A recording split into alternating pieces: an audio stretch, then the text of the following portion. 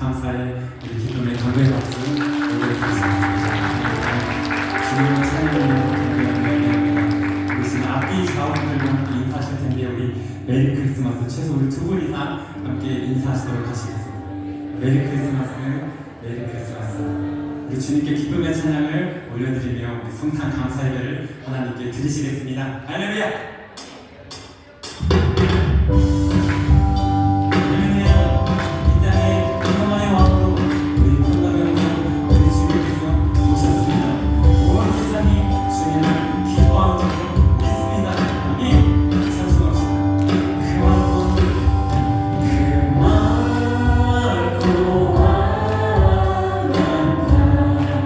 주님 너 찾아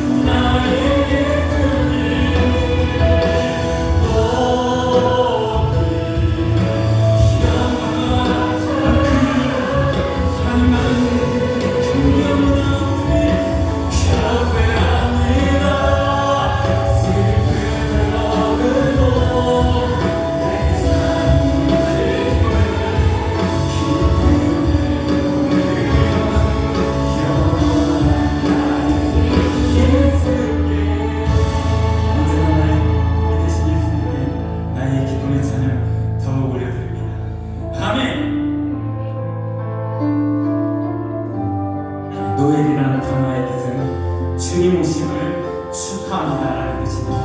어떠신 주님을 더 기뻐하며 이 찬양을 하나님께 올려드리십시오.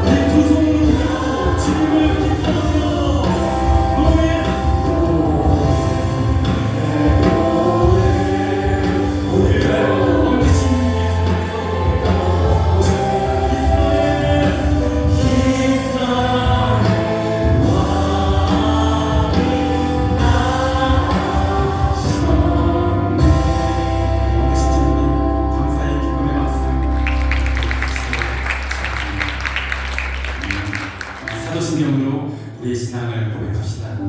전능하사 천지를 만드신 하나님 아버지를 내가 믿사오니 그 아들 우리 주 예수 그리스도를 믿사오니 이는 성령으로 잉태하사 동정녀 마리아에게 나시고 본디오 빌라도에게 고난을 받으사 십자가에 못 박혀 죽으시고 장사한 지 4일 만에 죽은 자 가운데서 다시 살아나시며 하늘에 오르사 전능하신 하나님 우편에 앉아 계시더라.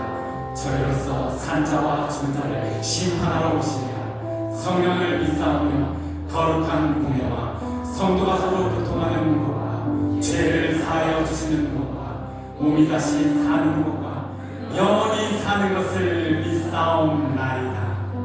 아멘.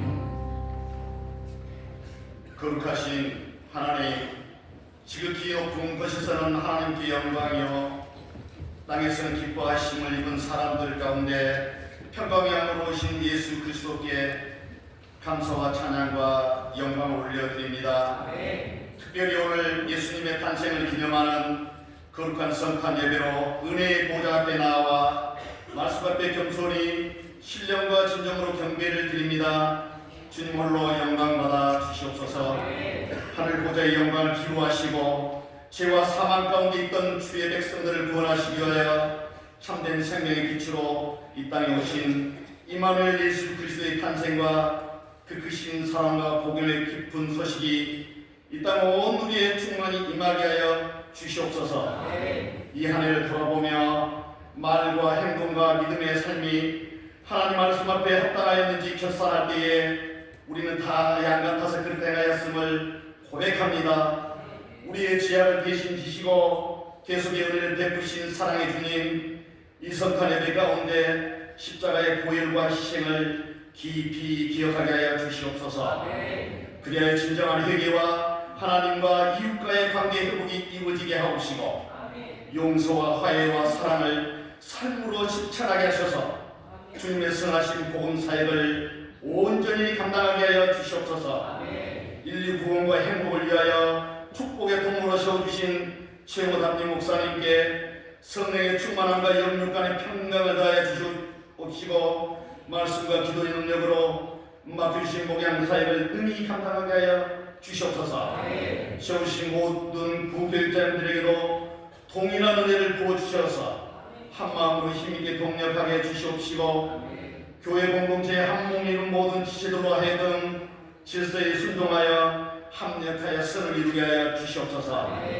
우리 교회 안에 심어주신 다음 세대의 비전을 기성세대에 함께 믿음으로 세워가게 하옵시고 미래 세대가 교회 안에서 맡기신 사명으로 깊이 뿌리를 내리게 하여 주시옵소서. 진학과 취업과 혼사의 모든 과정들이 선포되는 말씀과 중보 기도를 통하여 하나님의 때에 성취되게 하여 주시옵소서. 올 한해도 범사의 풍성한 결실로 축복하신 하나님, 이 성탄 예배 가운데 우리의 모든 형편을 주님께 맡겨드립니다. 가정과 생업 가운데 어려움이 회복되게 하시고 낙심한 지체들에게는 성탄의 참된 소망으로 위로하여 주시옵소서. 육신의 병마와 연약함 가운데 있는 지체들에게는 상처를 싸매주시고 아픔을 고치시는 주의 손으로 온전한 치유와 회복의 은혜로 역사하여 주시옵소서.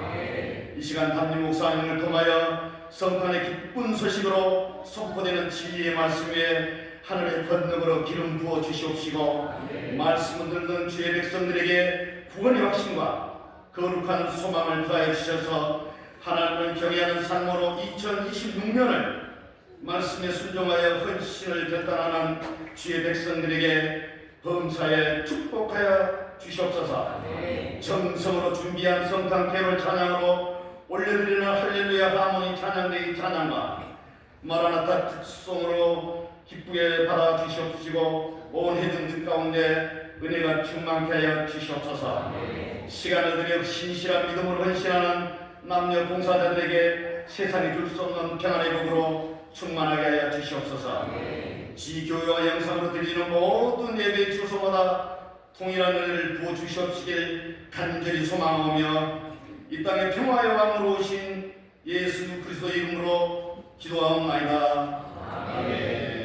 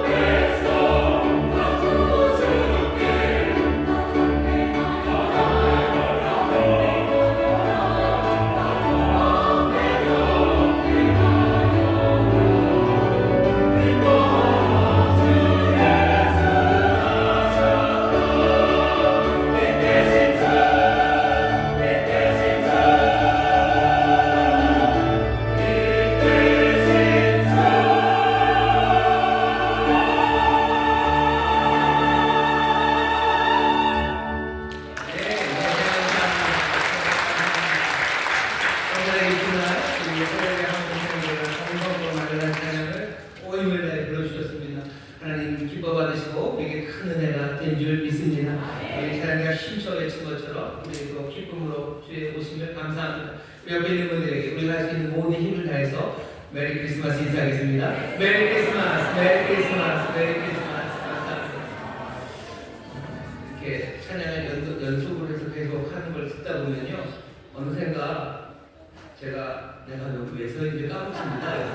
그래서 듣다가 갑자기 드는 생각이 내가 참 설교를 해야 되지, 설교를 해야 되시는 생각을 하면서 듣는데, 오늘 우리의 모든 생각들, 우리의 모든 계획들, 그 모든 것들을 다 멈춰 세우시고 하나님의 은혜 앞에 더 가깝게 하시는 그 귀한 은혜가 오늘 우리가 임한 줄 믿습니다. 다른 날들도 주님 앞에 가까이 가는 것이 복이고 우리 기쁨이지만 오늘 성탄절 다시 한번 그 빛 가운데 정말 기쁨으로 걸어 들어가고 그 안에서 새 소망을 누리는 우리 모두가 되기를 주의 이름으로 축원합니다. 다시 한번 옆에 있는 분들에게 서로 얘기해 주세요. 메리 크리스마스, 메리 크리스마스, 메리 크리스마스. 오늘 아까 9시에 11시 반 예배, 지금도 그렇고요. 제가 저기 앉아서 찬송을 하면서 들어오시는 분들 얼굴을 좀 봤어요. 딴 데는 잘 안 봅니다. 딴 데는 오시는 분들 얼굴을 잘 안 봐요. 근데 오늘은 왜 그런지 들어오시는 분들 얼굴을 보는데 얼굴이 참 행복해 하시는 분들이 계세요. 마음 뿌듯하게 오시는 분들. 어떤 분이냐면은 아마도 교회 잘 안 나오는 남편분이랑 같이 오신 것 같아요. 아니면 교회 잘 안 나오던 아들이랑 같이 오신 것 같아요. 그분들 보면 굉장히 뿌듯하고 행복하게 들어오십니다.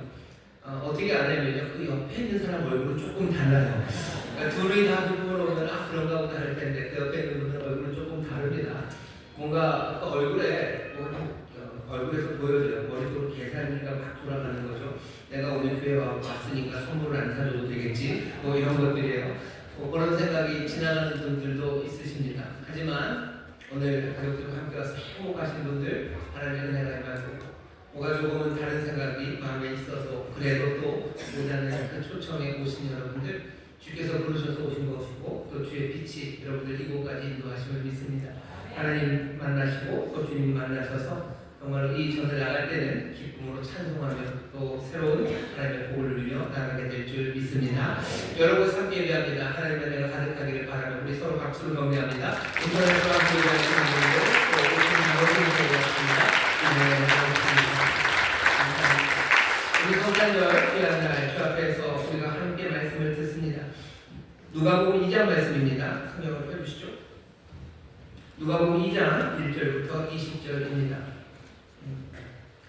좀 본문이 길지만 우리가 잘 아는 말씀입니다. 성탄이 되면 우리가 늘 읽었던 말씀인데 누가복음 2장 1절부터 20절까지 말씀을 우리 다 같이 한 목소리로 봉독하겠습니다. 이때 가이사 아구스토가 명을 내려 천하로 다 호적하라 하였으니 이 호적은 브레뇨가 수리아 총독되었을 때 첫 번 한 것이라. 모든 사람이 호적하러 각각 고향으로 돌아가매 요셉도 다윗의 집 족속인으로 갈릴리 나사렛 동네에서 유대를 향하여 베들레헴이라 하는 다윗의 동네로 그 정혼한 마리아와 함께 호적하러 올라가니 마리아가 이미 잉태되었더라.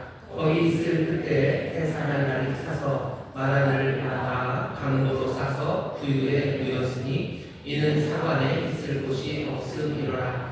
그 지경에 목자들이 밖에서 밤에 자기 양떼를 지키더니 주의 사자가 곁에 서고 주의 영광이 저희를 비추매 크게 무서워하는지라. 천사가 이르되 무서워 말라. 오라, 내가 온 백성에게 미칠 큰 기쁨의 좋은 소식을 너희에게 전하노라. 오늘날 다윗의 동네에 너희를 위하여 구주가 나셨으니 곧 그리스도 주시니라. 너희가 가서 강도에 쌓여 구유에 있는 가기를 보리니 이것이 너희에게 표적이니라 하더니 호련히 환한 천군이 그 천사와 함께 있어 하나님을 찬송하여 가로되 지극히 높은 곳에서는 하나님께 영광이요 땅에서는 기뻐하심을 입은 사람들 중에 평화로다 하니라. 천사들이 떠나 하늘로 올라가니 목자가 서로 말하되 이제 베들레헴까지 가서 주께서 우리에게 알리신 바 이 이루어진 일을 보자 하고 빨리 가서 마리아와 요셉과 그의 부인 아기를 찾아서 보고 천사가 자기들에게 이 아기에 대하여 말한 것을 보아니 듣는 자가 다 목자의 말하는 일을 기이히 여기되 마리아는 이 모든 말을 마음에 지키어 생각하리라.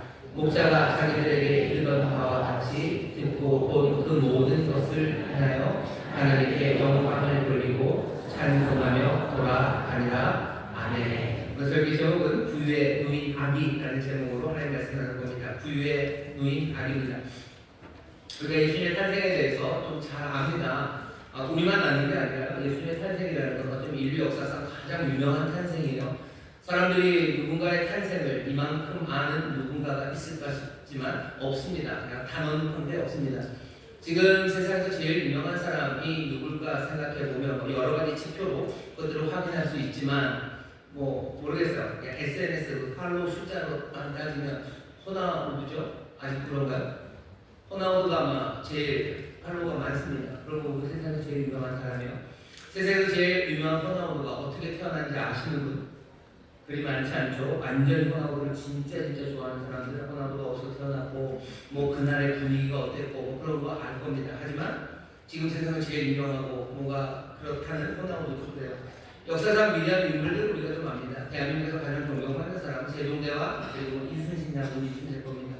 세종대왕의 탄생에 대해서 우리가 압니까? 잘 모릅니다. 잘 모르는 게 아니라 아예 모를 겁니다.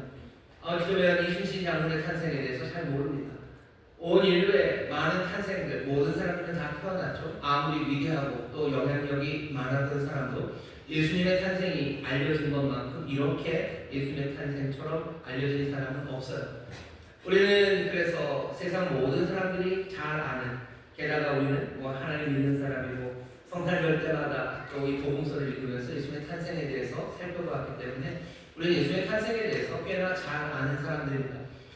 사람들이 예수님의 탄생을 그림으로 하나 그려요. 크리스마스 카드인데 요새는 크리스마스 카드를 별로 주고받지 않습니다. 참 그렇죠. 몇 년 안 됐어요. 얼마 전만 해도 제가 성탄절이 되면 이렇게 저렇게 성도님들이나 그래서 카드를 좀 받았던 사람입니다. 근데 올해는 거짓말 하나도 안 못하고 카드를 몇 장 받았는지 알아요?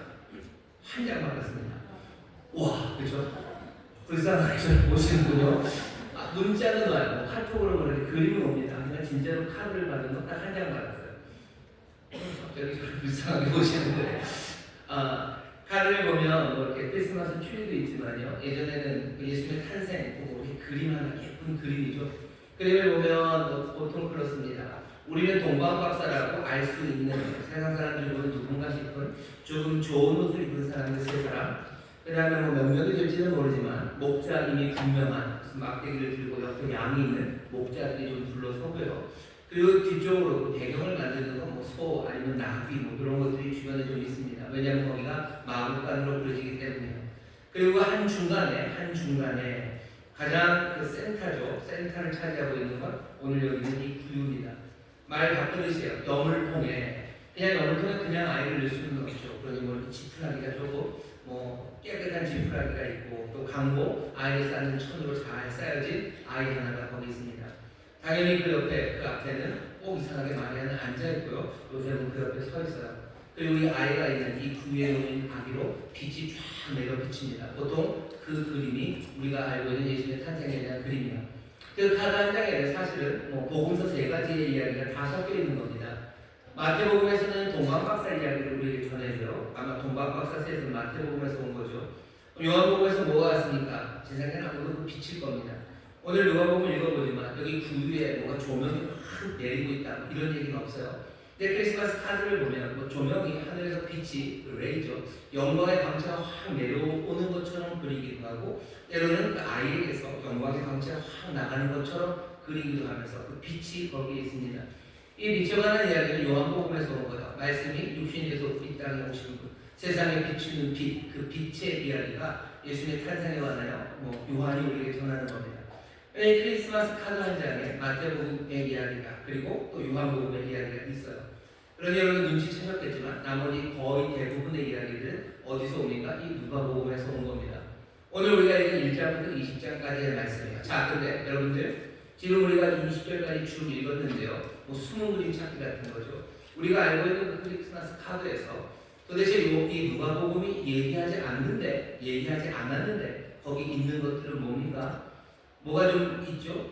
뭐가 있냐면 사실은 거기가 마구간이라는 얘기가 오늘 본문에는 없습니다. 그냥 사관에 방이 없었다는 말만 있어요. 사관에 방이 없었죠. 그렇다고 이게 바로 마구간으로 갑니까? 그렇지는 않아요. 항변할 수 있어요. 구유가 있지 않습니까? 구유가 꼭 마구간 안에 있는 건 아닙니다. 바깥에 있어도 상관은 없어요. 그냥 말 바꾸듯이 그러니까 밥을, 그 가축들이 꼭 자기들 마구간에서 먹을 일은 아니죠. 마당에서 먹어도 돼요. 그러니 사실은 마구간에 대한 이야기는 없지만 우리 그냥 마구간을 그립니다. 그리고 카드에 보면 거기 누가 있죠? 소가 있고 나비들이 있어요. 좀 가축들이 있어요. 어떤 재밌는 그림은 오리도 있고 좀 그렇습니다. 그런 그림이 있고요. 근데 우리가 누가복음을 잘 읽어보면 여기 가축 이야기는 하나도 안 나와요. 소, 나비 그런 얘기 없어요. 오리 당연히 없어요. 그런 얘기 없습니다.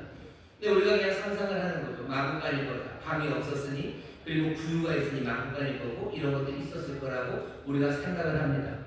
왜 이야기를 저희가 전했냐면요. 우리가 예수님 탄생에 대해서 뭐를 알고 있나? 우리가 예수님 탄생에 대해서 뭔가 정확하게 아는 그 방식이 뭔가에 대한 이야기를 전하려고 하는 겁니다. 물론 우리가 아는 것처럼 예수님을 이렇게 임신한 마리아와 요셉이 그 베들레헴에 갔을 때 그런 이야기들은 있어요. 분명히 있습니다. 가서 여관에 갔더니 방이 없다고 그래가지고 나가려고 그랬더니 또 부인이 남편에 그러지 말고 뭐라도 좀 찾아보라고 그러니 그럼 마구간인데 이러면서 그런 이야기들이 있습니다. 전해오는 이야기가 있어요. 하지만 우리가 알고 있는 이 복음서에는 그런 이야기는 없습니다. 그러면 목사들이 왔으니까 양들을 가져오지 않았을까? 아니 그 얘기도 사실은 없습니다. 합리적인 추측은 가능해요. 저들에서 양을 치던 목자들이 그 소식을 듣고 베들레헴 성 안으로 구유에 놓인 아이를 찾으러 왔으니 그냥 오지는 않았겠죠. 양들을 두고 오지는 않았을 겁니다. 데려왔을 거라고 합리적인 추측이 가능합니다. 하지만 그것도 100% 확신할 수는 없어요. 왜냐하면 제일 막내 같은 목자 하나가 사람들의 양들을 다 맡아놓고 나머지 목자만 왔을 수도 있습니다. 그렇게 생각하면 예수님이 나셨던 그곳에 뭔가 양들이 있고 그리고 또 무슨 가축들이 있고 여기가 마구간이라는 이야기들을 사실 하나하나 다 지워져야 돼요. 그럼 남은 건 뭐냐면요. 여기 찾아온 목자 그리고 마리아와 요셉 그리고 여전히 남아있는 구유의 아기입니다. 구유는 남아있어요. 왜? 구유를 3번이나 얘기합니다. 마리아가 아이를 낳고서 그 구유에 놔요. 그리고 천사들은 이 목자들에게 기쁨의 소식을 전하면서 여기 이 태어난 아기, 이 왕을 찾아가라. 왕은 어떻게 너희가 확인하냐면 구유에 놓인 아기가 그 증거다. 구유가 다시 나오죠. 그러니 목자들이 다시 베들레헴으로 갑니다. 말 따라서. 그리고 그곳에서 구유에 놓인 아기를 찾아요. 항상 구유는 여전히 남습니다. 3번이나 말해요. 그러니 어쩌면 이 구유라는 것이 우리에게 주어진 의미, 구유가 여기서 하는 역할은 누가가 준 역할은요 표지입니다. 천사들이 말하는 것 바로 그것을 찾아보기 위한 정말로 전해진 말 그것들을 확인하기 위한 표지로 주어진 게 구유입니다. 그 얘기를 3번이나 해요. 어쩌면 누가는 구유 이야기를 3번, 그 표지를 3번이나 얘기하면서 어쩌면 우리에게 여기는 이 말씀을 제대로 잘 읽기를 요구하는 것 같아요. 정말 확실하게 확인하라고 얘기하는 것 같아요. 그러니 어쩌면 우리는 그 마구간의 그림도 다 지워도 상관없어요. 그 옆에 있었던 짐승들, 가축들, 오리 이거 다 지워도 상관없어요. 어쩌면 누가가 지금 말하지 않은 동방박사 이야기도 빼도 좋아요. 거기 임한 빛 그거 빼도 좋아요. 하지만 여기 있는 이 이야기만은 제대로 들으라고 우리에게 말하는 겁니다. 복음서가 여러 군데서 예수님의 탄생을 각각 우리에게 전하는 메시지가 있습니다. 오늘 2025년 성탄절에 우리는 누가복음에서 누가를 통해서 주님이 이 성탄의 그날에 우리에게 전하려는 그 메시지에 귀를 기울여야 됩니다. 오늘 우리가 집중해야 되는 건 어쩌면 구유도 아닙니다. 구유는 표지일 뿐이에요. 구유가 계속해서 말해지고 거기 남아있는 이유는 거기에 누워있는 그 아기 때문입니다. 사람들은 이 아기에 집중해야 돼요. 근데 사람들이 그것 말고 그 카드를 그리는 것처럼 다른 것들 안에서 성탄의 의미를 찾으려고 합니다. 물론 성탄의 밤에 여러 가지 의미를 우리에게 가져다줘요. 하지만 누가가 정말 전하려 하는 바 그것에 귀를 기울여야 됩니다. 사람들은 거기다 가축들을 막 그려놔요. 그러면서 이야기는 점점 퍼져가는 거죠. 가축들이 있으니 조용하지는 않았을 거예요.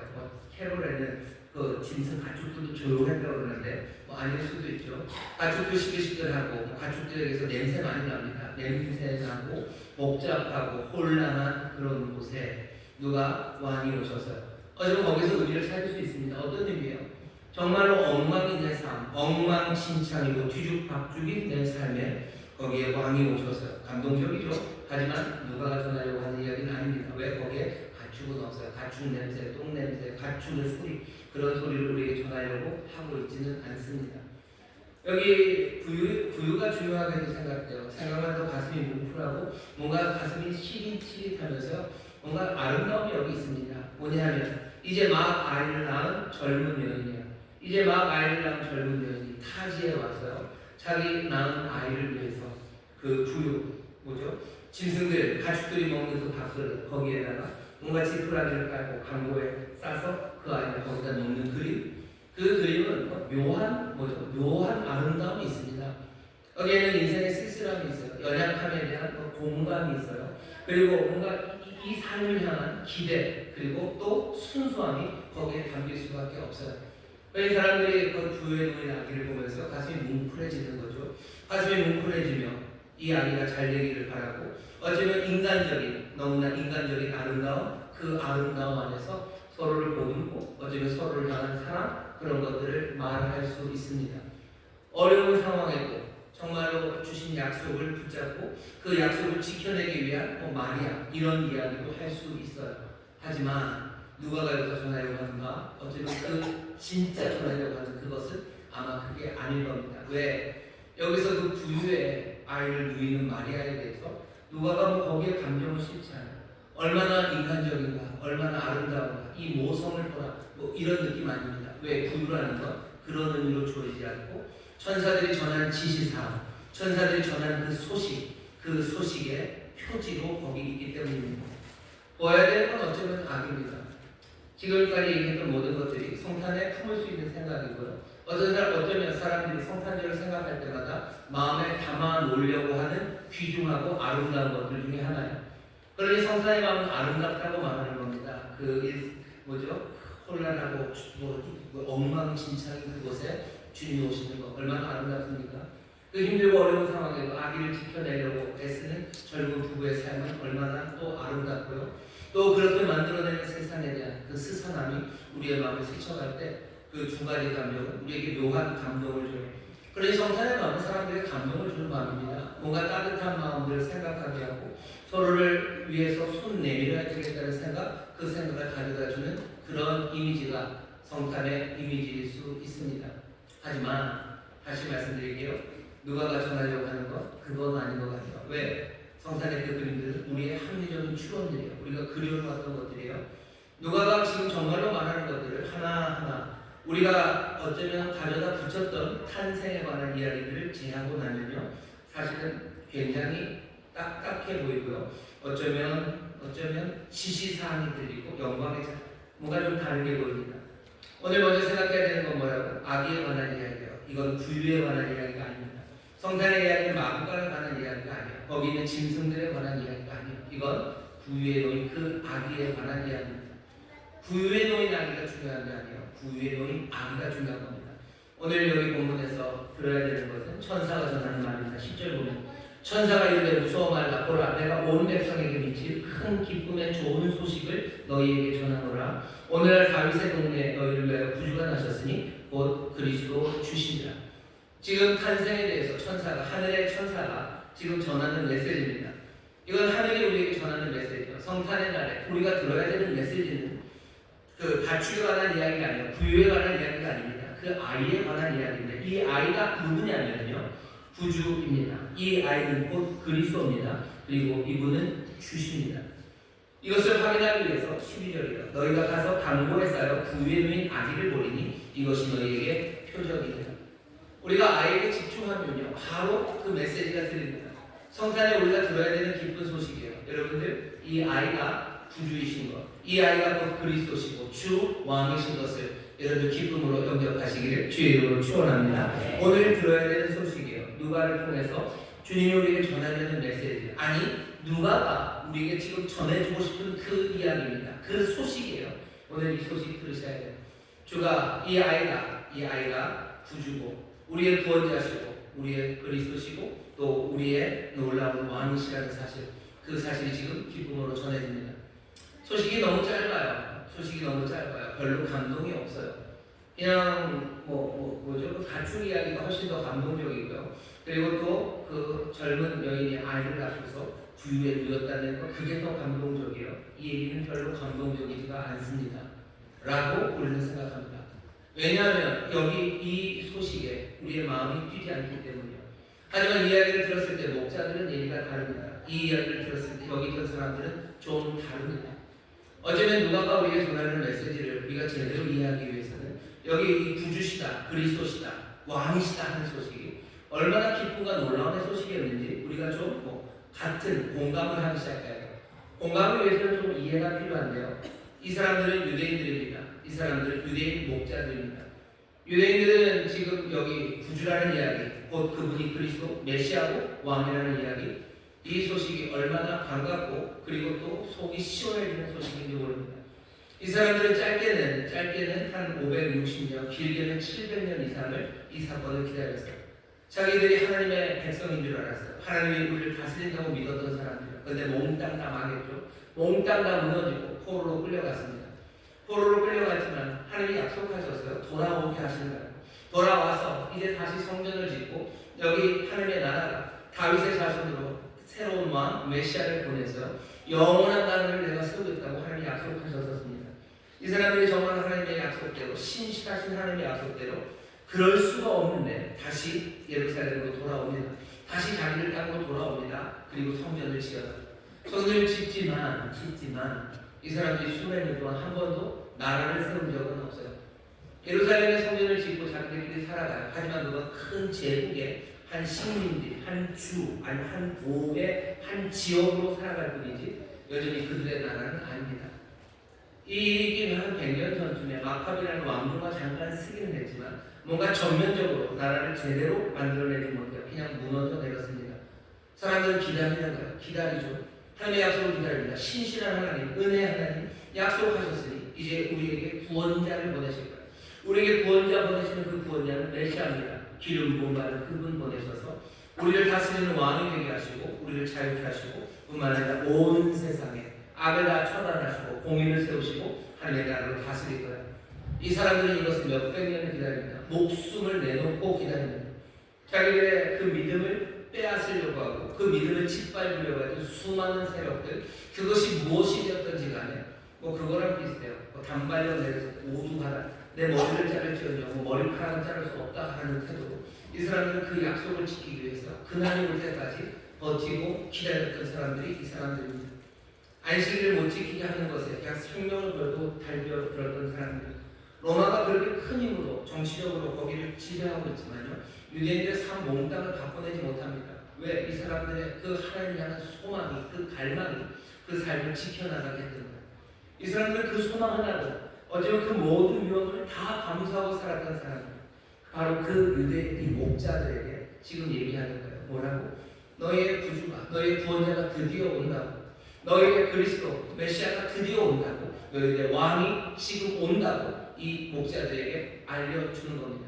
이 소식은 기쁨의 소식입니까? 기쁘다마다 이건 기쁨의 소식이고 가슴을 벌렁벌렁하게 하는 소식이에요.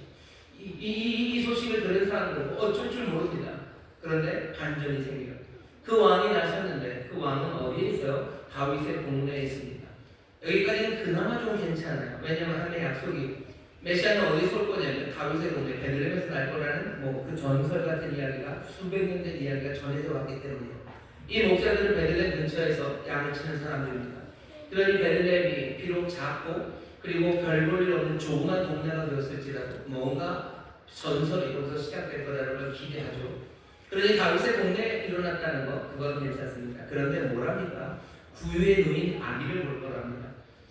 메시아는 그렇게 오면 안 돼요. 메시아는 구유의 노인 아기, 그건 상상할 수가 없어요.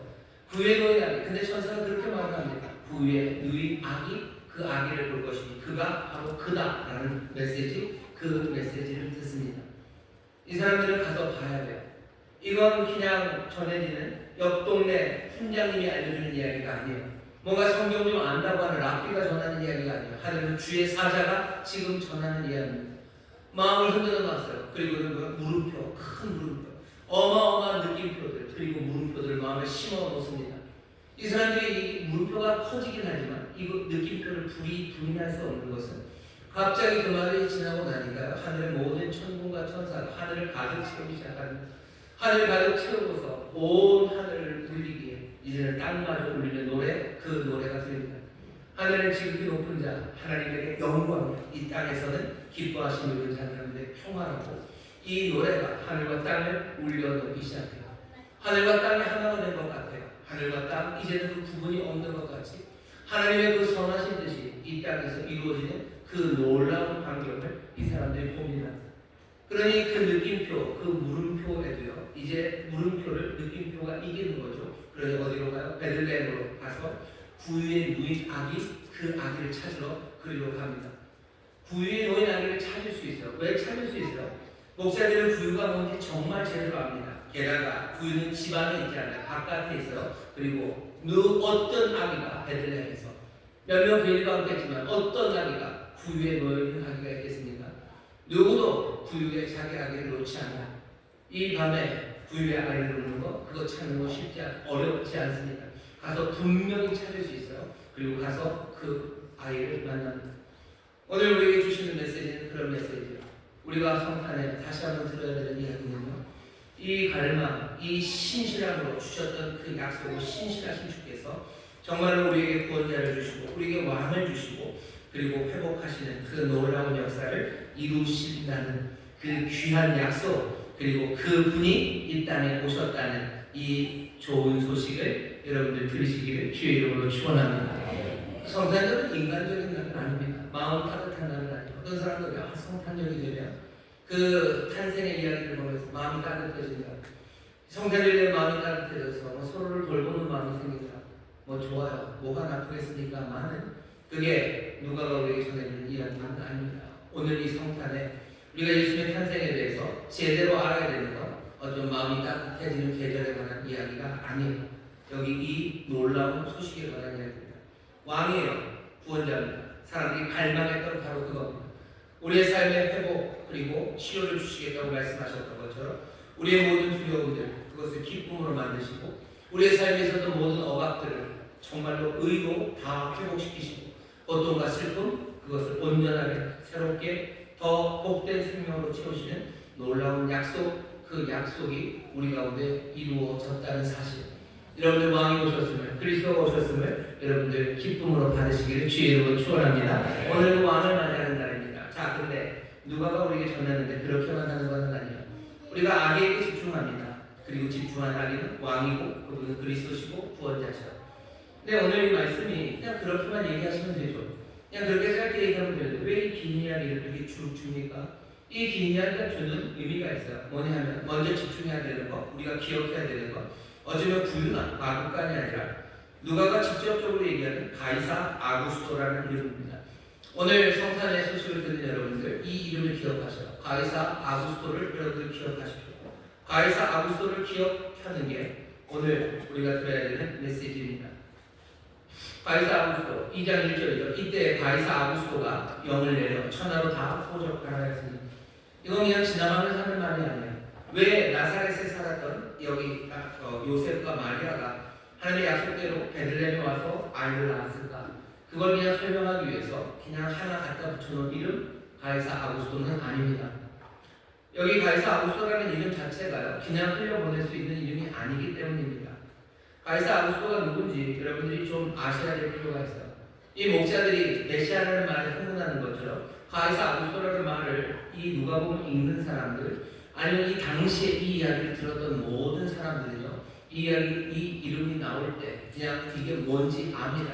왜냐하면 아구스토는 아우구스투스라고 불려지는 사람이에요. 로마의 첫 번째 황제입니다. 로마는 위대한 공화정의 시대를 가졌어요.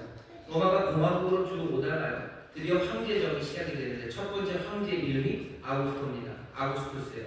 여기 나오는 가이사 아구스투스입니다. 이 아구스토가 여러분들 잘 아는 사람이 있어요. 시저라고 아시나요? 홍성탄 춘이라는 시저 말고 로마의 시저입니다. 줄리어스 시저라고.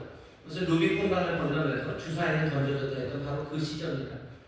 로마의 시저라는 걸출한 사람이 하나 있었던 거죠. 대단한 운명가고요. 그 사람들의 마음을 그냥 다 잡을 수 있는 사람. 전쟁을 잘합니다. 싸움 잘하는 장군이고요. 뭐 웅변가고 뭐 사람들의 마음을 다 빼앗아갈 만한 영웅이 될 만한 모든 자질을 가진 사람이 시저였어요. 이 시저가 점점점 로마의 모든 시민들의 마음을 얻어갑니다. 공화정을 지켜갔던 원로원은 이게 불안한 거예요. 왜냐하면 로마 공화정이라는 하나의 영웅은 있으면 안 돼요. 하나의 영웅이 생기면 공화정은 무너집니다. 그러니 이 시저를 죽이려고 작정을 합니다. 세상에 공화정이라는 건 그래요. 영웅을 받아들일 수 없는 겁니다. 그래서 아테네 같은 데서도 오스트라시즘이라고 도편 추방을 하는 거예요. 뭔가 인기가 많은 사람을 투표하래요. 그래서 가장 많은 표가 나면 어떻게 되는지 아시죠? 쫓아냅니다. 이게 도편 추방이에요. 왜? 인기가 많은 사람은 위험해요. 이 사람을 따르는 사람들이 생길 수 있어요. 로마의 시저가 지금 그런 거예요. 그러니 원로는 이 사람을 죽여야 됩니다. 시저도 알아요. 시저가 이제 뭐 로마에 가야 합니다. 뭔가 투표를 위해서 집중만을 뽑는 투표를 위해서 로마로 가야 되는데 시저가 아는 거죠. 가면 죽어요. 가려면 그 강 루비콘을 건너기 전에 모든 로마의 군대를 그 강 뒤쪽에다 놓고 하나 들어와야 됩니다. 왜냐하면 이 강을 건너면 로마에서 너무 가까워요. 그때 시저가 결단을 하는 거죠. 간다. 그냥 간다. 군대를 이끌고 루비콘강을 건넙니다. 그러면서 했던 말이 주사위는 던져졌다. 하지만 시저의 뜻대로는 안 됩니다. 우리가 아는 것처럼 브루투스 너마저 이러면서 시저가 암살을 당하죠. 아구스토는 이 시저의 양 아들입니다. 시저가 죽고 나서 로마가 혼란 가운데 빠졌어요. 그 모든 혼란을 다 잠재운 사람이 누구냐면 아구스토 이 사람이에요. 모든 정적들을 다 제거합니다.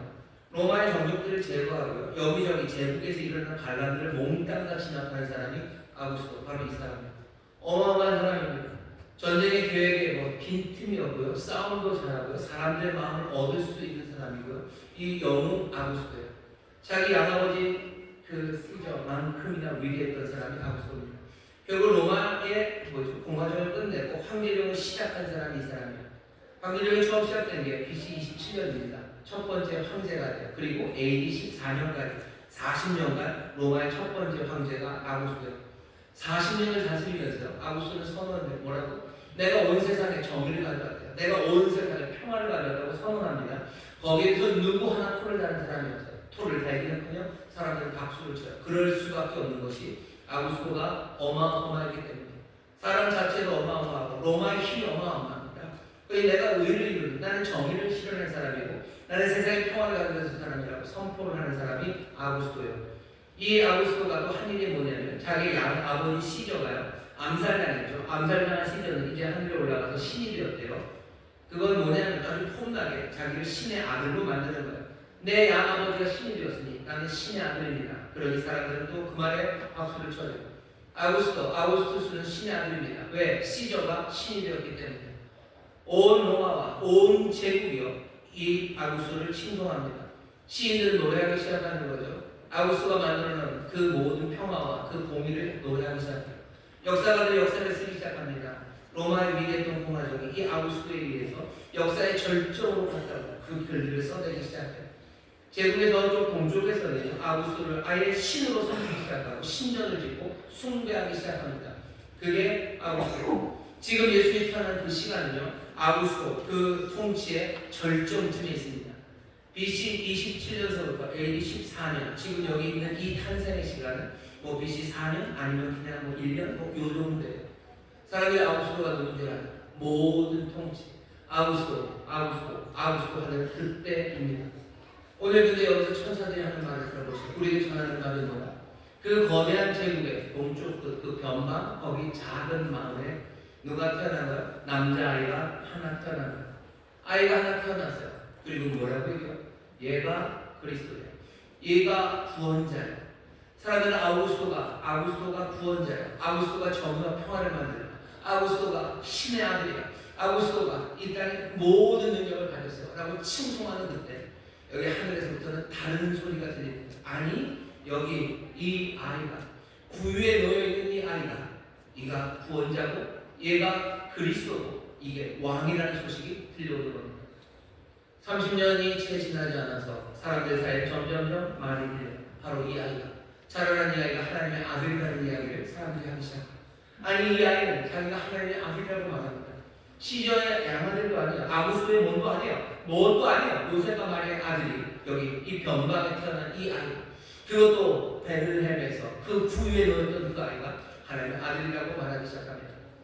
이 아이의 이제 제자들 중에 하나는 주가 그리스도시라고 살아계신 하나님의 아들이라고 고백하기 시작합니다. 사람들 사이에서 점점 퍼져지는 말들을 보니까 여기 있는 이 아이가 평강의 왕이라고, 이분이 세상을 통치하신다고, 이분이 공의와 정의와 그리고 평강으로 다스린다는 그 고백들이 하나하나 퍼져 나오기 시작합니다. 지금 누가가 우리에게 보여주려고 하는 이 탄생의 그림에서요, 우리에게 그냥 거기는 당나귀들과 그리고 소를 보여주고 싶어하는 거 아닙니다. 거기에는 무슨 다른 그림들이 아니에요. 여기 말 구가 있잖아요. 구육 3번이나 말해요. 하지만 그것이 필요한 것은 전하는 소식 그리고 지시한 사항, 거기는 표지로 분명히 확인하기 위해서 주신 거고, 결국 집중해야 되는 건 그 악이고, 그 악이는 왕이고, 그리고 대비되는 그림 하나는 아구스도라는 그림입니다. 아구스도는 지금 호적을 정리하는 건 계획을 세우는 겁니다. 아마 세금을 더 걷기 위해서고 군대를 더 모으기 위한 계획을 세우는 거예요. 모든 왕들은 그러죠. 모든 왕들은 계획합니다. 계획해서 뭐하니까 힘을 획득하기 위하여, 계획하고 힘을 획득하고, 그래서 그들이 계속 지속되기 위한 통치의 일을 여전히 하고 있는 이 세상에 여기 다른 왕이 왔다는 겁니다. 다른 왕이 우리에게 전하는 거죠. 결국은 하나님의 나라, 정말로 겉으로 보기에는 너무나도 약하고 왜소하고 취약해 보이지만 그 나라가 이제 임했다는 선포예요. 성탄의 이 아침에 어쩌면 누가를 통해서도 주님이 우리에게 전하려고 하는 바는 바로 이 소식입니다. 기쁨의 소식이에요. 왕이 오셨어요. 구원자가 오셨습니다. 하지만 그거는 그냥 진공에서 온 게 아니라 생생한 아우구스도가 있는 그곳에, 하지만 정말로 평강의 왕이 참된 구원자가 우리 가운데 오셨습니다. 여러분들 이 성탄에 정말로 이 기쁨의 소식을 여러분들 기쁨으로 받으시기를 주의 이름으로 축원합니다. 주의 이름으로 축원합니다. 이게 의미하는 바는 뭐겠습니까? 결국은 그 두 나라는 부딪힐 겁니다. 부딪힐 거예요. 누가 이깁니까? 우리가 아는 것. 이 아구스도는 한 번도 나사렛 예수에 대해서 들어보지 못했을 겁니다. AD 14년에 죽었으니 예수님 어려서 아마 아버지와 함께 목수일 나사렛에서 하고 있으셨을 때예요. 하지만 아구스도는 들어보지 못했지만 채 30년 정도 지나고 나서부터 이 아구스도의 후계자들, 다른 황제들은 나사렛 예수라는 이름을 듣기 시작합니다. 아니, 들을 뿐만 아니라 그분의 제자들을 죽이기 위해서 강구해야 될 거예요. 그리고 채 300년이 지나지 않아서 그 후계자 중에 하나인 로마의 황제는 그리스도의 사람, 그리스도인이 됩니다. 여기 우리가 지금 듣고 있는, 누가를 통해서 듣고 있는 성탄의 소식은요, 어마어마한 가공할 만한 폭발적인 그런 진리 하나를 우리가 지금 듣고 있는 겁니다. 세상에 참된 왕이 오셨다는 것, 아구스도가 생생하게 살아있는 그곳에 여기 참된 왕이 왔다는, 어쩌면 가공할 만한, 어쩌면 폭발적인 그 소식 하나를 우리가 듣는 겁니다. 지금 우리가 살아가는 세상에 왕들이 보여, 아구스도들이 보이죠. 막강한 힘으로 평화를 만들어낸다고, 인류에 행복을 준다고 말하는 것들이 있습니다. 거기에 지금 우리가 듣는 것은 아니, 여기 참된 왕, 정말로 참된 평강과 그리고 놀라운 생명으로 우리를 다스릴 우리의 구원자가 여기 있다는 소식을 듣는 겁니다. 성탄의 자리는 그래서 어쩌면 그냥 따뜻함의 자리는 아니야. 인간적인, 너무나 인간적인, 그래서 감동이 가득한, 아니요, 그런 날도 아닙니다. 오늘은 어쩌면 세계 역사에 관한 이야기, 영원한 나라에 관한 이야기, 우리가 지금 보는 것은 구유를 보는 게 아니라 구유에 있는 악이라는 문제에 대한 소식을 듣고요, 그 소식은 우리에게 어쩌면 위험한, 폭발적인, 그리고 또 가공할 만한 소식을 우리가 지금 듣는 겁니다. 다시 한번 오늘 이 성탄의 날에 여러분들 이 주님, 이 왕, 이 구원자가 우리에게 오셨음을 여러분들 기쁨으로 받으시기를 주의 이름으로 축원합니다. 주의 이름으로 축원합니다. 여러분 조금은 결단이 필요한 시간입니다. 왜? 아구스도가 왕이 아니에요. 아구스도는 여전히 계획합니다. 여전히 우리에게 실행하는 명령을 할 겁니다. 그러니 우리가 살아가는 게 참 애매합니다. 세상의 그 권력에 대해서 우리는 어떻게 살아갑니까? 애매하죠. 따르죠. 안 따르기가 참 어렵죠. 여기 마리아와 요셉도 그렇게 합니다. 우리는 애매한 자세로 살아갑니다. 우리 세상은 애매한 자세로 살아갑니다. 하지만 그럼에도 불구하고 참 왕이 계시기에 세상의 명령들, 세상의 길에 대해서 항상 대안을 생각하고 살아가는 사람들, 다른 길을 계속 찾습니다. 그리고 밑바탕에 깔린 것은 아우구스도 그 가이사 시절을 우리는 인정하지 않습니다. 우리는 세상의 권력을 인정하지 않는 사람이요. 그 사람들이 우리들입니다. 성탄이라는 자리는 그런 자리예요. 난 세상 따르지 않습니다. 내 왕은 따르는 것이요. 내가 비록 지금 애매하게 세상을 따라가지만 난 항상 단지를 찾고 있고요. 내 마음은 늘 주님을 향합니다. 그게 우리가 성탄에 들어야 되는 결단해야 되는 내용 중에 하나입니다. 그럼 왜 누가는 그 얘기만 하니 이 다른 구육이라는 이런 얘기를 왜 합니까? 이 모든 것들이 전하는 바는요, 왕이 오셨다는 것에서 끝나지 않아요. 새로운 세상이 시작됐다는 걸 우리에게 보여주기 위해서입니다.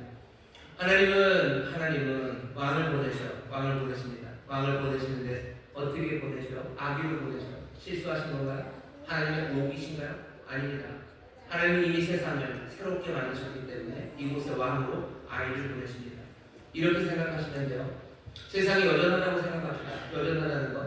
세상은 여전히 혐오와 그리고 갈등, 그것들을 조장하고 그것들을 이용하는 사람, 그 사람들이 왕이 되는 세상이라고 생각을 해보죠. 그렇다면 세상의 왕은 누가 되야 됩니까? 갈등과 혐오를 조장할 수 있는 사람, 거짓 뉴스를 잘 사용할 수 있는 사람, 그 사람이 되야 돼요.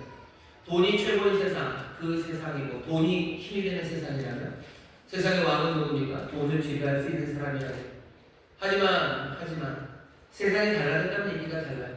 더 이상 돈이 힘이 되는 세상이 아니라 하나님의 은혜와 긍휼이 힘이 되고 그것으로 살 수 있는 세상이 된다면 이제 이 나라를 다스릴 사람은 돈을 지배할 사람은 아니에요. 은혜가 가득하고 자비가 가득하신 이가 왕이 되어야 되는 겁니다. 이 세상이 전쟁의 힘, 그것이 최고인 세상이요. 여전히 무력이 다스리는 세상이니까 그럼 하나님 누구를 왕으로 세우셔야 돼요? 무력을 다스려요. 무력으로 어떻게 할 사람? 그 사람을 왕으로 세우셔야 돼요.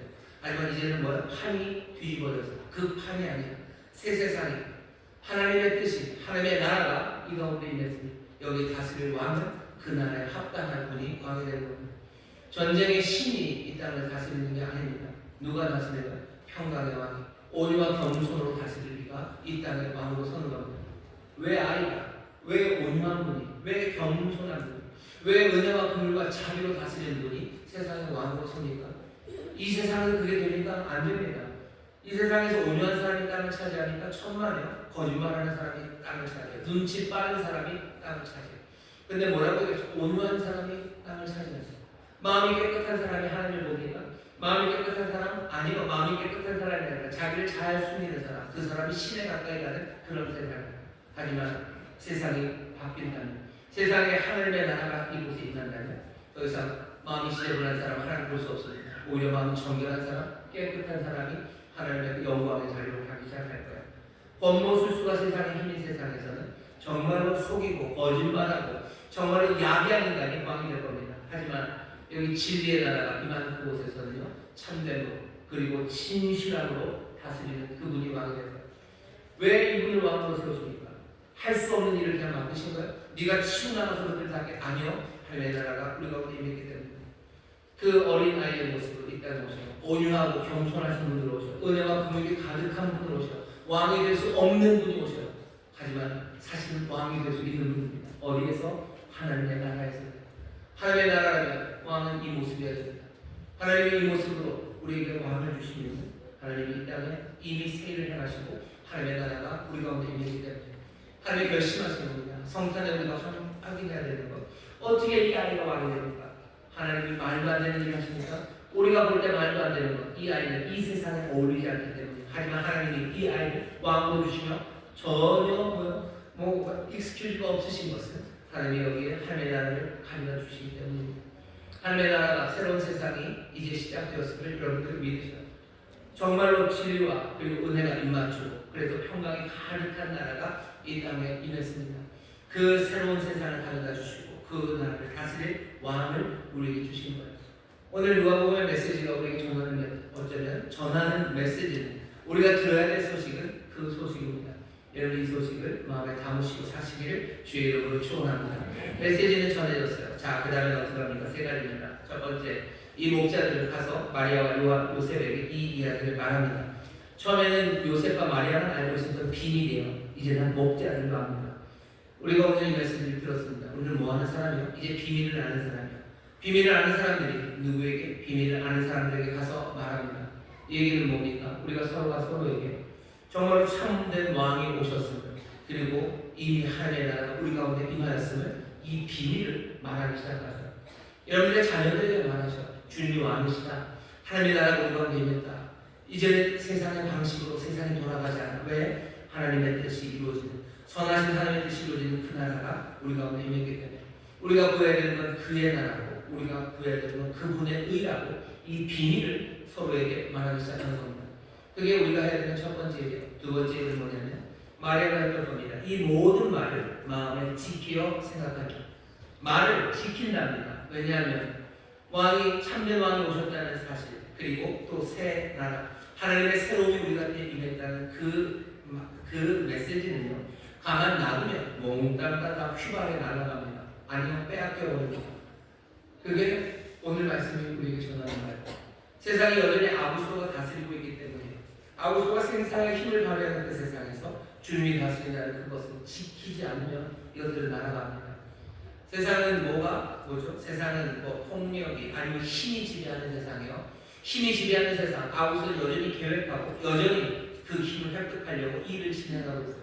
하지만 그 힘이 지배하는 그 세상, 여전히 소리치는 그 세상에서 힘이 아니라 세상은 은혜로 살아가는 거라고, 세상은 자비함으로 살아가는 거라고, 그 말을 내가 마음에 담고 살면요, 어떻게 됩니까? 이 마음은 이 메시지를 빼앗겨요.